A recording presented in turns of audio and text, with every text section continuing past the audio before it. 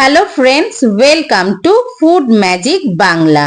আজকের পর্বে নিয়ে এসেছি ঈদের একটা জনপ্রিয় রান্নার রেসিপি। আজ বানাচ্ছি শুকনো সিমুই বা জর্দা সিমুই। শুকনো সিমুই বা জর্দা সিমুই বানানোর জন্য অবশ্যই ঘি ব্যবহার করতে হবে।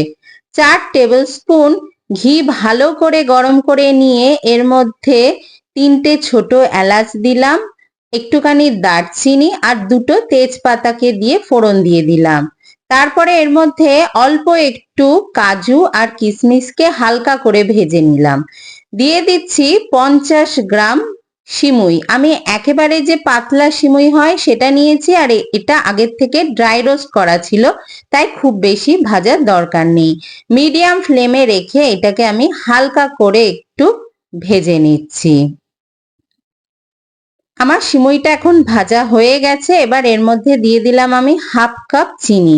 চিনিটা অবশ্যই নিজেদের স্বাদ অনুযায়ী দিতে হবে, আর চিনি দিয়ে সিমুইয়ের সঙ্গে ভেজে নিলে সুন্দর একটা কালার আসে। চিনি দিয়ে সিমুইটাকে ভেজে নেওয়ার পরে দেখা গেল যে একটু জল জল ভাব হয়েছে। ফ্লেমটা একেবারে লো করে দিয়ে এর মধ্যে আমি হাফ কাপ জল দিলাম। একটা মিডিয়াম সাইজের চায়ের কাপ নিয়ে হাফ কাপ পরিমাণ জল দিয়ে দিলাম। এই একই কাপের আমি 1 কাপ পরিমাণ সিমুই নিয়েছি।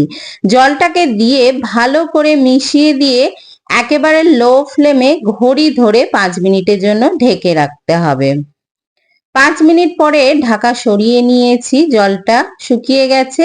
ওই একই কাপের হাফ কাপ পরিমাণ দুধ দিয়ে দিলাম। আবারও লো ফ্লেমে 5 মিনিটের জন্য ঢেকে রেখেছিলাম। 5 মিনিট পরে ঢাকাটাকে সরিয়ে নিচ্ছি। সমস্ত জল আর দুধটা ভালো করে টেনে নিয়ে এইরকম শুকনো হয়ে গেছে। ওভেনটাকে অফ করে দিলাম। জর্দা সিমুই রান্নার পরে এইরকম কাদা কাদা থাকে, এটা যত ঠান্ডা হবে তত ঝরঝরে হবে। খুন্তি দিয়ে বেশি জোরে নাড়াচাড়া করার দরকার নেই, হালকা হাতে এইভাবে ছড়িয়ে দিয়ে ওভেন অফ করা অবস্থাতেই ঢাকা চাপা দিয়ে রাখতে হবে 30 মিনিটের জন্য। 30 মিনিট পরে ঢাকা খুলে একটু কাঁটা চামচ দিয়ে নাড়িয়ে নিলেই এই রকম সুন্দর ঝরঝরে সিমুই হবে। সিমুইটা শুধু ঝরঝরে হলে হবে না, সফট হতে হবে, তবেই ভালো টেস্টি হবে। আমার সিমুইটা ঝরঝরেও হয়েছে আর খুবই টেস্টি হয়েছে।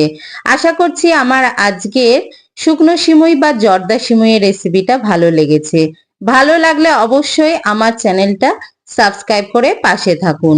দেখা হবে পরের রেসিপির সাথে। সবাই ভালো থাকবেন। বাই।